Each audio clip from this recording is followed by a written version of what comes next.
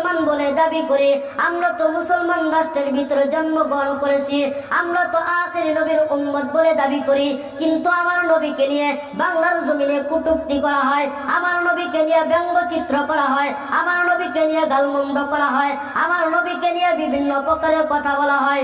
আমরা কখনো কোনো সময় প্রতিবাদ করি না, একমাত্র হক্কানি উলামায়ে কেরামরা প্রতিবাদ করে। আমরা কেন প্রতিবাদ করব না? কাল কিয়ামতের দিন নবী তো আমার জন্য সুপারিশ করবে, আপনার জন্য সুপারিশ করবে।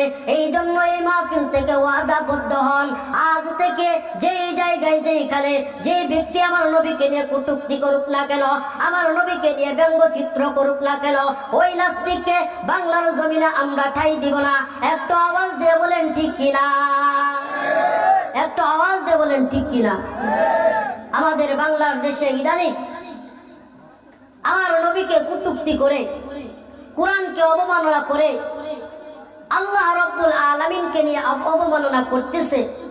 সম্মানিত হাজিরিন, আর বসে থাকার সময় নেই। দুনিয়ার জমিনে দিন প্রতিষ্ঠিত করতে হবে, বদ্দিন দূরীভূত করতে হবে।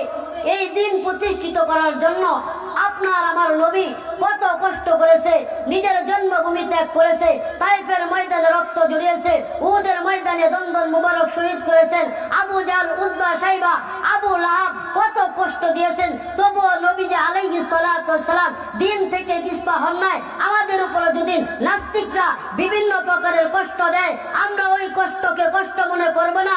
দুনিয়ার জমিনে দিন চিন্তা করব, কোরআন চিন্তা করব, হক্কানি উলামায়ে কেরামদের ডাকে সাড়া দিব। আওয়াজ দিয়ে বলেন ঠিক কিনা?